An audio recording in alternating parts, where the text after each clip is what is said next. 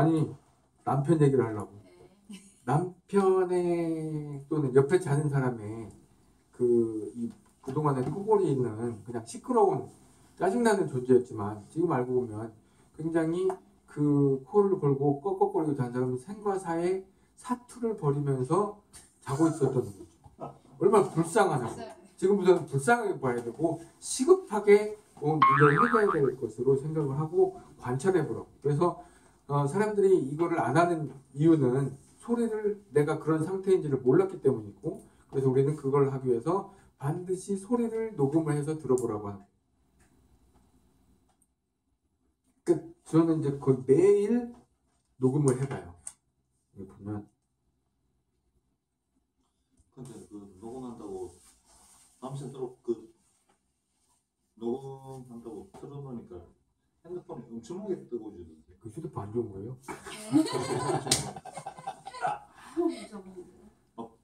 이거 보세요. 핸드폰은 너무 뜨거워져가지고 막 제가 터질 것 같아. 계속 보는데 바이오가드를 낄 때와 안 낄 때, 그리고 요즘에 제가 이제 스트레이트 지금 끼고 있잖아요. 이걸 꼈을 때 이제 이 차이를 이제 보는데 이건 제가 숨소리가 커서 그래요. 이런 것들이 보면 이게 저는 그 제 상태를 보니까 그거 제일 이렇게 심한 거 선생님 지금 한번 들어보면 안 돼요? 아니 난 그러니까 내 상태를 보면 나는 목젖도 많이 늘어져 있어. 내가 이제 그 상담하면서 맨날 그거 가지고 늘어져 버렸나 봐. 그래갖고 숨소리가 들어가긴 하는데 나올 때 막혀갖고 이게 코로 못 나오고 입이 푹 가고 퍽 들어가고 이 소리가 나는 거예요. 계속 밤새. 그래서 나는 코골이라고 지금 체크를 해갖고 색깔이 이렇게 되어 있는 거예요. 그런데 어쨌든 안 꼈을 때는 이런 소리가 나요. 근데 그러면 꼭 들어봐야 되나? 아니 이거 들어보면 안 돼요? 제 거? 제 거 들어보면 안 돼요? 니도 그거는? 아니 저 말고 이게 벗고 있어 하면 안 되고.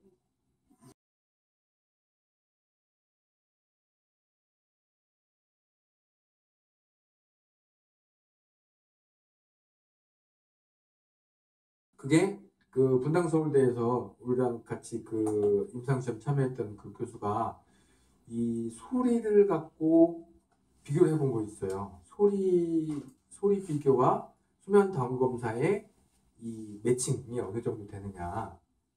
소리를 가지고 분석했을 때 수면 다운 검사 결과를 비교했더니 80몇 프로까지 이렇게 매치가 된다고 하더라고요. 그래서 웬만하면 소리만, 그러니까 그 소리가 어떤 상태인지만 자기가 파악할 수 있는 능력이 있으면 거의 수면 다운 검사를 안 해도 다 파악은 가능하다는 거예요. 근데 그게 이거 진단 기록은 안 나오지, 뭐 호흡이 몇 번 있었고 뭐 산소 포화도가 어떻게 떨어졌고 그런 건 아니지만 그걸로 다 유추가 되는 거잖아요. 아 다리를 절고 이렇게 가면 저 다리가 아프구나, 허리를 이러고 가면 허리가 아픈 사람은 알잖아. 근데 그리고 이제 소리를 들어서 문제가 있다는 건 자동차 소리가 덜덜덜덜 되는 거, 어딘가 문제가 있는 것이고. 그분이 뭐 논문 썼어요, 그거는? 그 학회에 발표를 했어요. 우리 그 논문 갖다가 잘 논문했어. 소리로 판단하는 코골이 박사. 그래서 그 밑에 이제 코골이 전문 병원은 반드시 진료를 받아야 하나요? 라고 되어 있잖아요. 코골이 전문 병원이라는 거는 없어요. 우리 과가 내과 뭐 이런 건 코골이과는 없잖아요.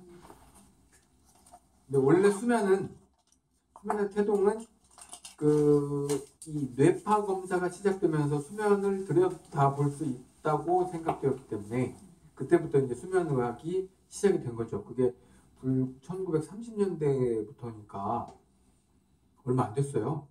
100년도 안 된 짧은 역사죠. 어쨌든 그 태동이 그 신경과에서부터 시작을 했는데 수면 장애 하면 보통 우리는 불면증을 생각했잖아요. 잠을 못 자요, 자다 깨요. 그거 있는데 실질적으로 수면 장애를 이제 수면 한 병원에서 이제 다 통계를 내보니까 호흡 장애가 60%가 넘는 거예요. 수면의 장애 원인을 따져보니. 꿀잠TV입니다. 영상 잘 보셨나요? 여러분의 댓글은 힘이 되고 여러분의 좋아요는 저에게는 에너지입니다. 앞으로도 많은 댓글 그리고 많은 좋아요 꾹꾹 눌러주세요. 꾹꾹